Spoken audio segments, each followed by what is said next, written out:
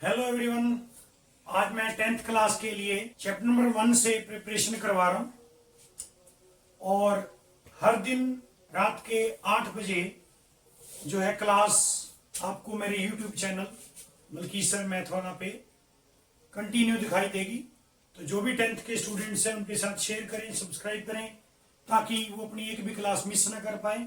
मैं पूरी कोशिश करूंगा कि मैं आपको पर डे मैक्सिमम, यानी जैसे आज मैं पूरा चैप्टर ही करवा रहा हूँ, आपको फर्स्ट चैप्टर आज कंप्लीट कर दिया जाएगा और इसी तरह से हम कल सेकंड चैप्टर की तो और बढ़ेंगे और कंटेंट के हिसाब से जितना एक दिन में बच्चे प्रिपेयर कर सकते हैं उतना ही कंटेंट मैं डालूंगा। तो बने रहिए मेरे चैनल के साथ और 8 बजे शाम को हर दिन जुड़े रहिए क्लास के साथ और शेयर कीजिए अपने दोस्तों के साथ। तो चलिए हम शुरू करते हैं। सबसे पहले 10th में एक थ्योरम है, फर्स्ट चैप्टर रियल नंबर का डिस्कशन लगभग प्रीवियस क्लासेस में हो चुका है और अगर किसी बच्चे को नहीं पता कि रियल नंबर जो उसकी डिटेल पूरी पता करनी हो तो आप मेरे चैनल पे डिस्क्रिप्शन में मैं लिंक डाल दूंगा, वहां से आप चेक कर सकते हो। तो सबसे पहले हम बात करते हैं फंडामेंटल थ्योरम ऑफ अरिथमेटिक की। तो फंडामेंटल थ्योरम ऑफ अरिथमेटिक मतलब जो थ्योरम है वो केवल अरिथमेटिक मैथ्स के अंदर ही एप्लीकेबल होती है। तो क्या कहती है theorem? Every composite number can be expressed as a product of its prime and this prime factorization is unique and apart from the order in which the prime factor occurs. सबसे पहले तो हमें पता होना चाहिए कि कंपोजिट नंबर होता क्या है। अगर हमें यही नहीं पता होगा कि कंपोजिट नंबर क्या होता है तो फिर दिक्कत आती है। तो चलिए सबसे पहले तो मैं बता दूं कि प्राइम नंबर हम पढ़ते हैं, जो प्राइम नंबर आपको पता है 2, 3, 5, 7, 11 ये प्राइम नंबर्स होते हैं और प्राइम नंबर्स को ही अगर हम आगे बढ़े, मतलब कंपोजिट नंबर क्या होता है कि जैसे मैंने 6 को लिया तो 6 के मैंने फैक्टर बनाए तो 2 into 3 आया, तो इसमें कितने प्राइम्स आए? 1, 2 आ गए, एक 2 भी आया 3 भी आ गया। अगर मैं बात करूं 12 की, इसके अंदर 3 प्राइम्स आ चुके हैं, 2 बार 2 आया, 1 बार 3 आया। ये कंपोजिट नंबर होते हैं। कंपोजिट नंबर वो होते हैं जिनके फैक्टर्स प्राइम ही होने चाहिए और वो 2 या 2 से ज्यादा होने चाहिए, क्योंकि अगर 2 से कम प्राइम फैक्टर होंगे तो फिर वो कंपोजिट नंबर नहीं होता, वो प्राइम नंबर होता है। तो चलिए हम कंपोजिट की बात कर लेते हैं। तो कंपोजिट नंबर फिर से बता रहा हूं, ऐसा नंबर जिसके 2 या 2 से ज्यादा प्राइम फैक्टर हो उसको हम कंपोजिट नंबर बोलते हैं। फंडामेंटल थ्योरम ऑफ अरिथमेटिक क्या कहती है? एवरी कंपोजिट नंबर, यानी हर कंपोजिट नंबर को can be expressed as a product of primes.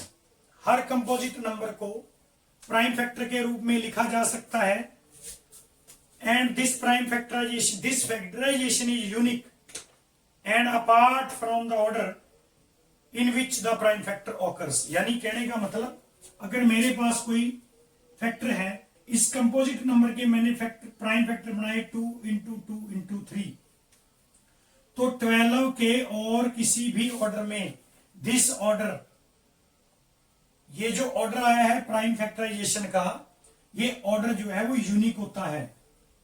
Unique मतलब 12 के प्राइम फैक्टर अगर 2, 2 और 3 हैं तो फिर 12 के और कोई प्राइम फैक्टर नहीं होंगे।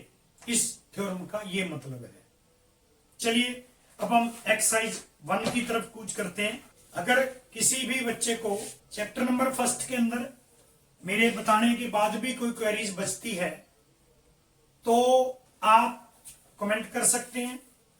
डिस्क्रिप्शन में मैं अपना ईमेल और अपना नंबर भी शेयर कर दूंगा, आप कॉल भी करके पूछ सकते हैं।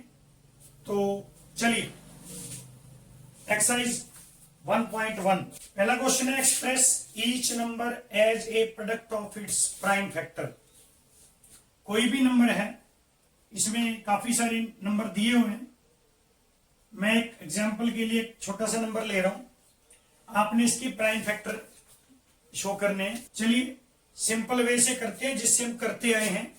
क्योंकि बोर्ड की तरफ से कोई स्पेशल मेथड कभी भी डिस्क्राइब नहीं होता है। 156, अब ये 2 की टेबल में भी, तो 2 से इसको डिवाइड करेंगे तो ये 7 आएगा और 8 आएगा। अगेन 2 से करोगे तो ये 3 आया, 6 से और 9 आ गया। फिर हम 3 से करेंगे तो ये 13 आएगा और 13 से 1 आ गया। यानी 156 के जो प्राइम फैक्टर हैं वो 2 इंटू 2 इंटू 3 इंटू 13 आ चुके हैं। बिल्कुल ऐसे ही आपने जो क्वेश्चन नंबर फर्स्ट के रिमेनिंग पार्ट्स हैं, इसके लगभग 5 पार्ट दिए हुए हैं, तो उनके आप प्राइम फैक्टर इस तरह से बना सकते हो। Very simple. Next question number 2। Question number 2 में वो बात कर रहा है एलसीएम और HCF. Find the LCM HCF the following pair of integers and verify that LCM and HCF are the product of the numbers. Okay, तो verification भी करनी है।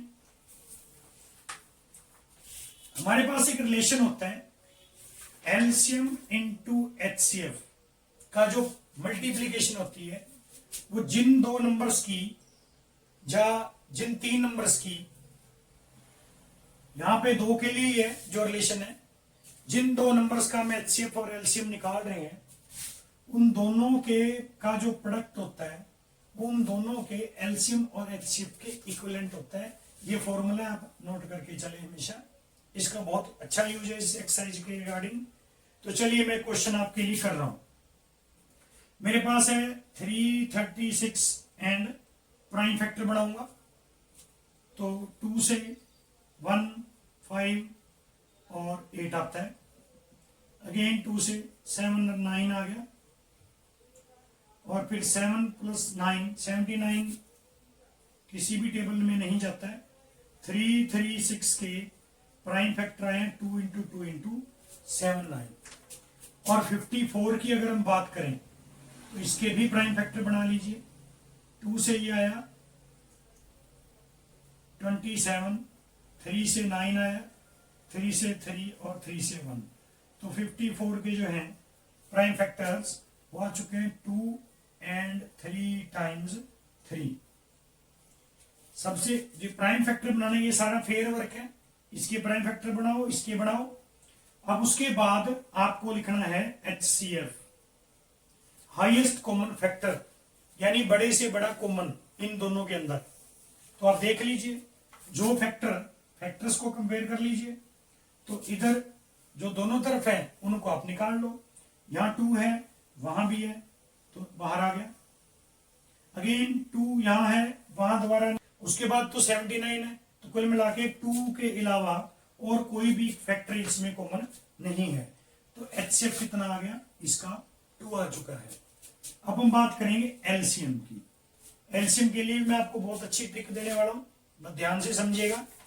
कुछ नहीं, आपको पहले वाले के सारे फैक्टर लिख लेने हैं, लीस्ट कॉमन मल्टीपल।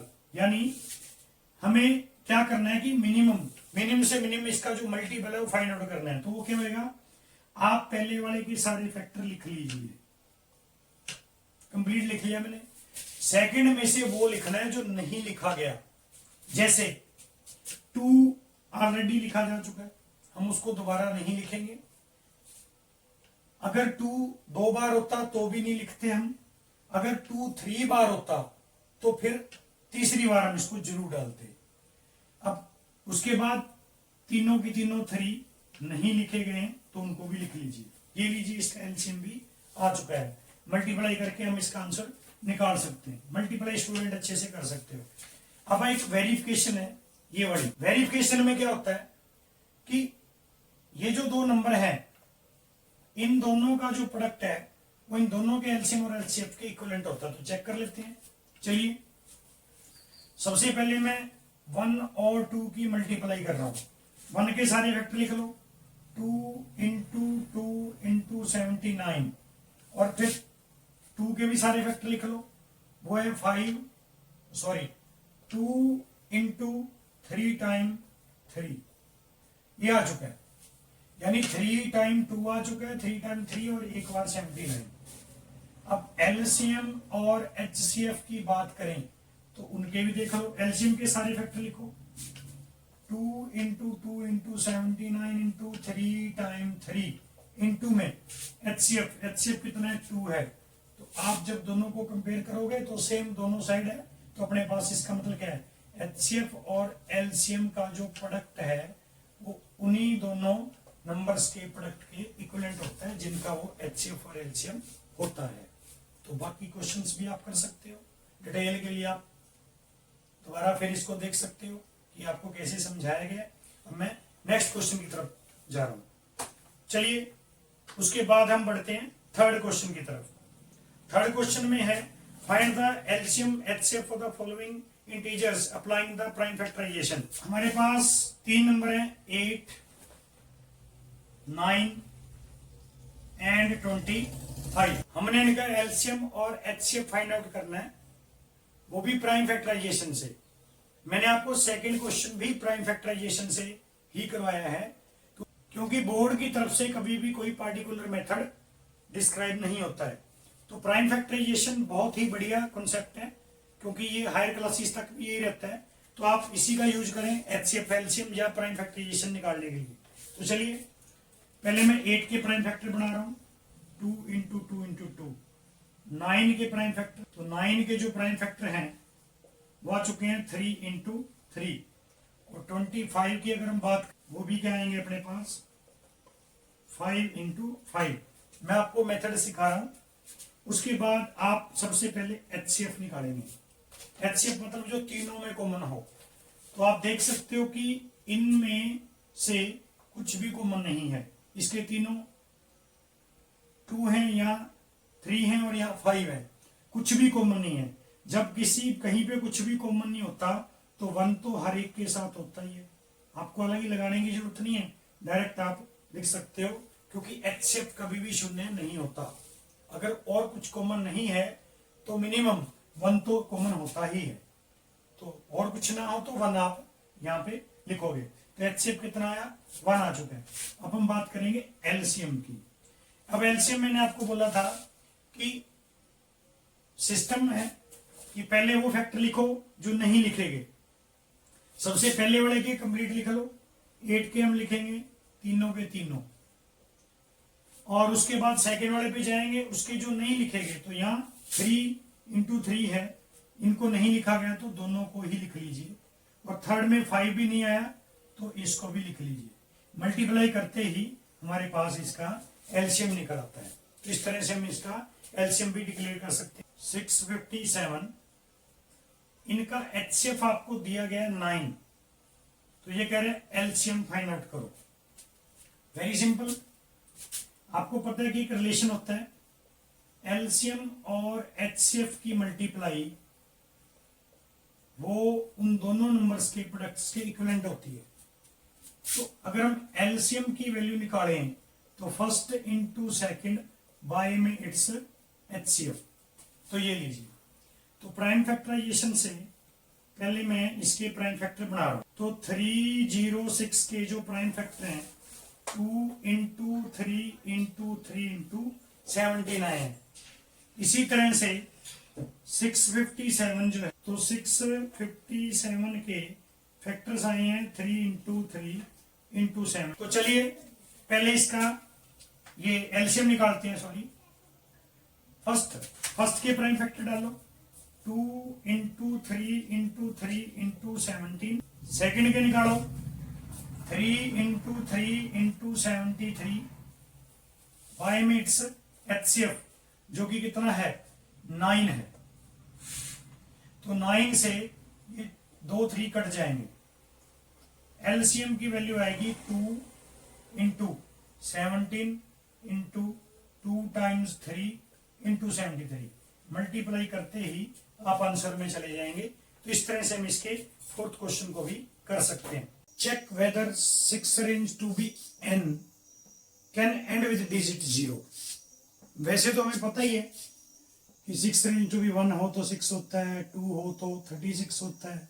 6 रेंज टू बी पावर अगर नेचुरल नंबर होगा तो यूनिट डिजिट जो है, लास्ट डिजिट जो, वो 6 आएगा। लेकिन ये कहता है भी चेक करो कि एंड विद 0 होता है। तो एक काम करते हैं, लेट कर लेते हैं हम, लेट 6 रेंज to be n can end with digit 0। अगर ये इसकी लास्ट डिजिट 0 है तो इसका मतलब क्या है, 6 रेंज टू बी n जो है उसका m इंटू 10 उसका एक फैक्टर होगा, क्योंकि अगर किसी के भी एंड में 0 होता है तो 10 उसका मिनिमम एक फैक्टर होता ही होता है। 80 होगा तो 8 हो जाएगा, 90 होगा तो 9 हो जाएगा। तो इसीलिए मैंने 6 इंटू एन को, अगर एंड में डिजिट 0 है तो 10 इंटू एम हो गया। तो 6 इंटू एन के फैक्टर बनते हैं 2 इंटू 5, यानी 6 रेंज टू बी एन के प्राइम फैक्टर 2 इंटू 5 है। अब इसके बाद अगर हम बात करें, एक्चुअली में ये नंबर 1 है, 6 इंटू बी एन को लिख सकते हैं 2 मल्टीप्लाई 3 रेंज टू बी एन। यहां हमने लिख दिया 2 रेंज टू बी एन इंटू 3 रेंज टू बी एन। मतलब यहां से नंबर 2 से देखने से क्या पता लगता है, इसमें हम लिख सकते हैं 2, 5 and etcetera are prime factors. और इसमें हम लिखेंगे 6 into n have 2 and 3 only prime factor.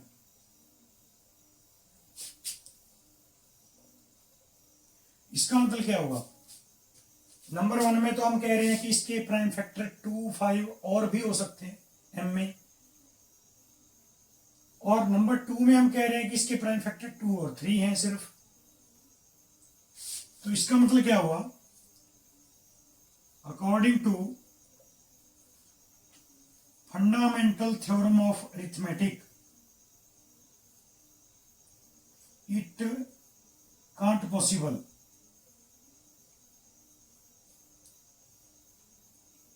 every composite number have only one order for its prime factor।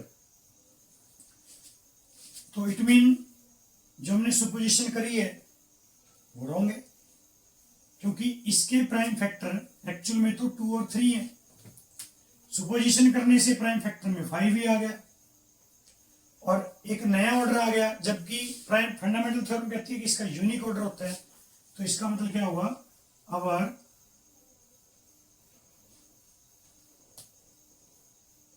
supposition is wrong। 6 range to be n cannot end with the digit 0। 6th question में explain why this and this are composite numbers। तो चलिए check कर लेते हैं। इन दोनों में 7 multiply 11 multiply 13 plus 13, दोनों में से 13 मैंने कॉमन ले लिया। 7 इंटू 11 प्लस 1, तो 13 इंटू में ये अपने पास हो गए 78। 77 प्लस 1 78।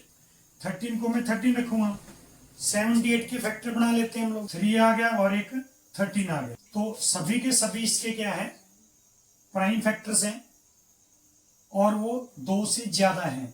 तो ये अपने आप एक कंपोजिट नंबर है। बिल्कुल सेम डिट्टो इसको भी आप ऐसे करेंगे। 5 आप कॉमन ले सकते हो, 7 into 6 into 4 into 3 into 2 into 1 plus 1।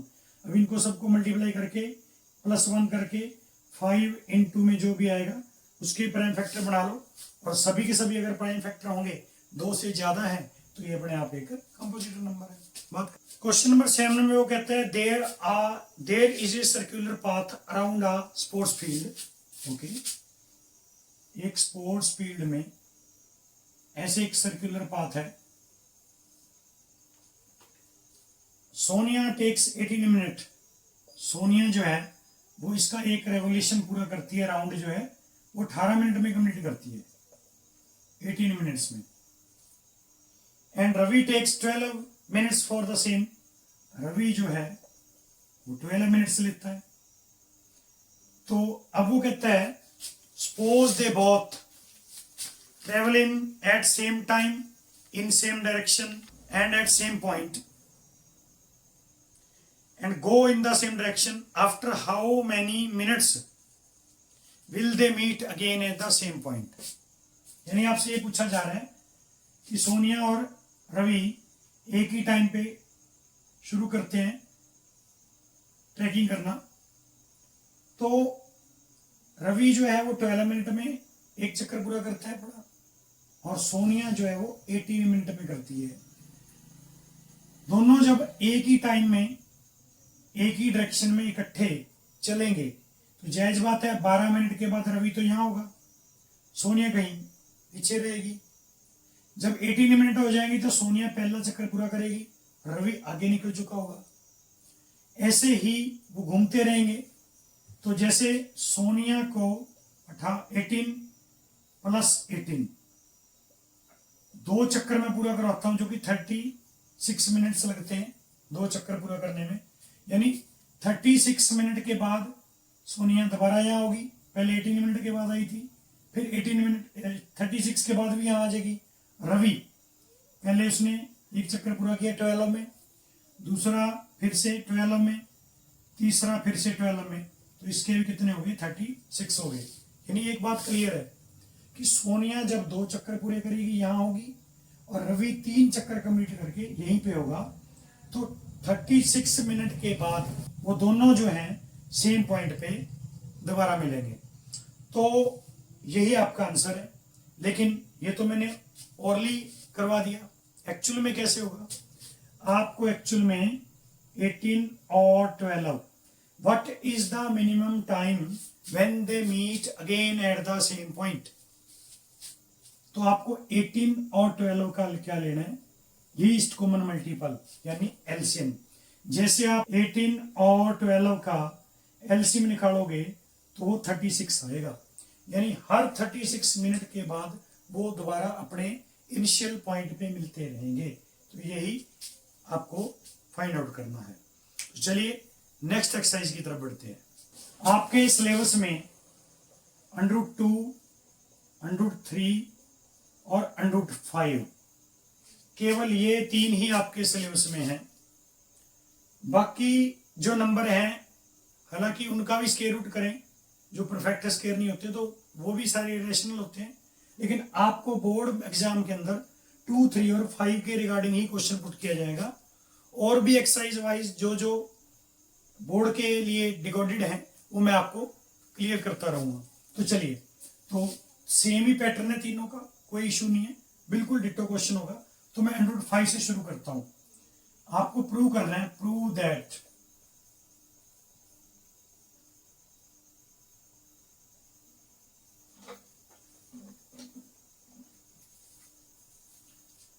√5 is irrational.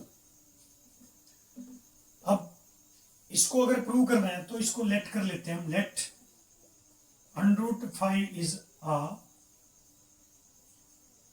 Rational number. और देखिए अगर √5 एक रेशनल है तो √5 को हम p/q लिख सकते हैं। आपको बताना पड़ेगा where p and q are co-primes. Co-primes means no common factor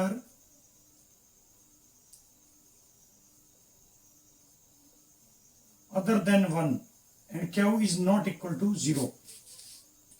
denominator 0 नहीं होना चाहिए, जो कि नहीं है। P और Q को प्राइम्स वो होते हैं जिनमें केवल 1 ही कॉमन फैक्टर होता है, जिनका HCF। तो P और Q में ओनली 1 कॉमन फैक्टर है। ये बात हम रिज्यूम करके चल रहे हैं। अब चलिए आगे बढ़ते हैं। Squaring both side.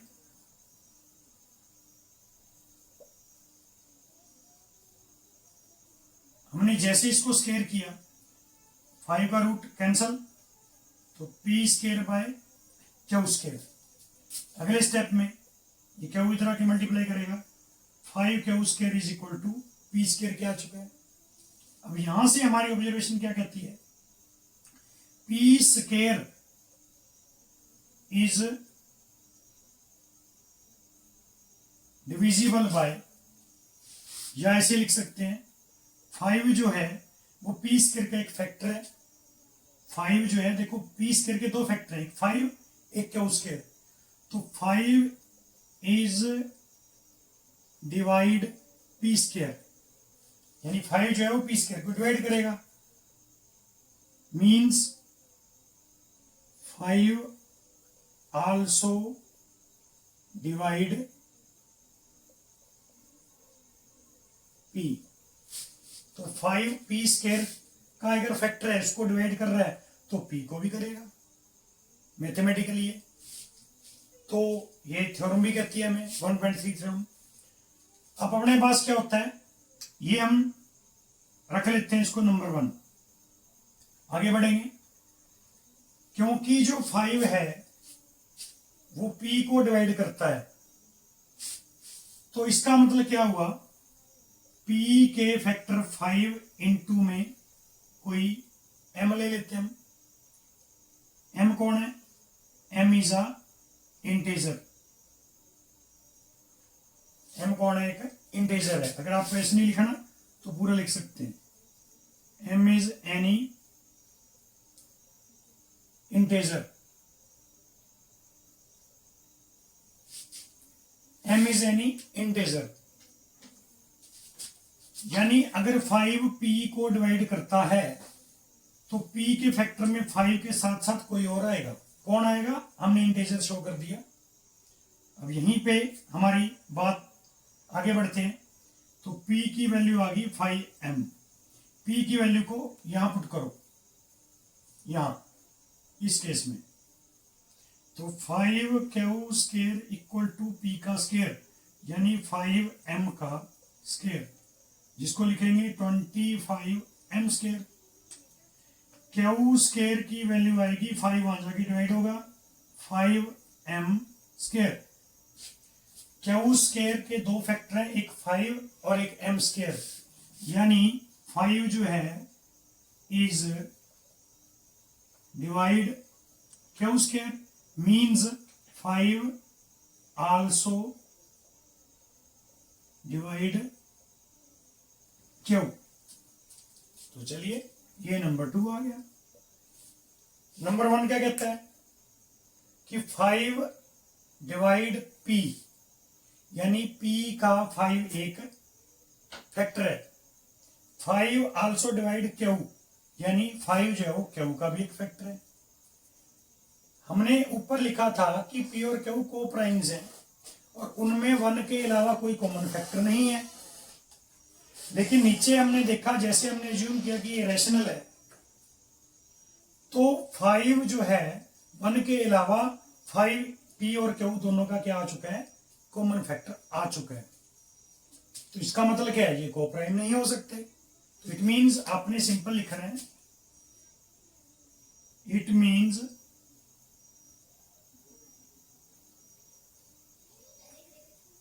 our supposition is wrong।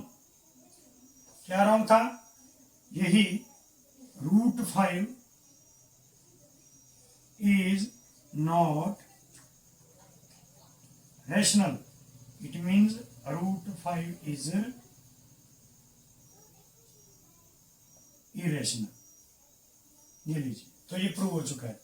Very simple. Question number 2 है, प्रूव दैट 3 + 2√5 इज इरेशनल। आपको इसको पूरे के लिए, हालांकि इसको पूरे के भी लेकर कर सकते हो, पूरे कंप्लीट को भी, लेकिन हम नॉर्मल करेंगे ताकि आपको दिक्कत ना आए। तो एक ही पैटर्न को फॉलो कीजिए। मतलब इस क्या में आपको क्या करना है, आपको वही लेट करना है √5 को। Let √5 is a rational. तो एंड में जाके आप प्रूव कर दोगे कि √5 इज नॉट रैशनल, मतलब इरेशनल। अभी अभी जो प्रूव करवाया था, जैसे √5 को आप रैशनल पूरा का पूरा करना पड़ेगा। इरेशनल प्रूव करते हो तो √5 आ चुका है इरेशनल। अब देखिए √5 है इरेशनल और इसकी मल्टीप्लाई हो रही है 2 से। यहां से क्वेश्चन इधर बढ़ेगा। तो 2 कौन है? एक रैशनल नंबर है। तो 2 into √5 is a irrational number. Reason ये बिकॉज ऑफ का साइन है। Rational into irrational equal to irrational. ये मैंने नहीं बनाया, 9th का कंसेप्ट है, हमारी टेक्स्ट बुक के अंदर ही है ये। तो एवरी यानी कोई भी एक रैशनल और एक इरेशनल, रैशनल और इरेशनल की मल्टीप्लाई, रैशनल प्लस इरेशनल तो भी इरेशनल, रैशनल माइनस या प्लस करें तो भी इरेशनल, रैशनल बाय या डिवाइड करें तो भी, तो अपने पास नहीं रैशनल डिवाइड इरेशनल। तो ये रिजल्ट जो है यानी प्लस माइनस डिवाइड मल्टीप्लाई, चारों में से एक नंबर रैशनल हो और दूसरा इरेशनल हो तो प्लस माइनस मल्टीप्लाई जो भी है इनका जो रिजल्टेंट है वो हमेशा इरेशनल होता है। तो मैंने भी किया, जब √5 को प्रूव कर देते हैं कि इरेशनल है तो 2 कौन है? रैशनल, तो मल्टीप्लाई इरेशनल। अब ये पूरा क्या हो चुका है? इरेशनल। अब 3 कौन है? रैशनल। 2 √5 हमने अभी भी प्रूव किया कि वो कौन है? इरेशनल है। तो इसको भी लिखेंगे is irrational because of rational plus irrational equal to irrational. Rational और इरेशनल का जो सम होता है वो इरेशनल होता है। यही इसका रीजन हो गया, 9th के अंदर आया हुआ है। तो ये पूरा का पूरा जो है वो इरेशनल प्रूव हो जाएगा। लेकिन √5 को आपको कंप्लीट करके दिखाना, ऐसे ही 3 वाला चलेगा, ऐसे ही √2 वाला चलेगा। तो वेरी सिंपल। तो इस तरह से ये चैप्टर कंप्लीट होता है। तो मिलते हैं नेक्स्ट चैप्टर में। बने रहिए मेरे चैनल के साथ। कोई क्वेरीज हो तो आप अपनी शेयर कर सकते हो कमेंट में, ताकि मैं कमेंट पढ़ के आपकी क्वेरीज को बता सकूं। Thanks, have a nice day, take care.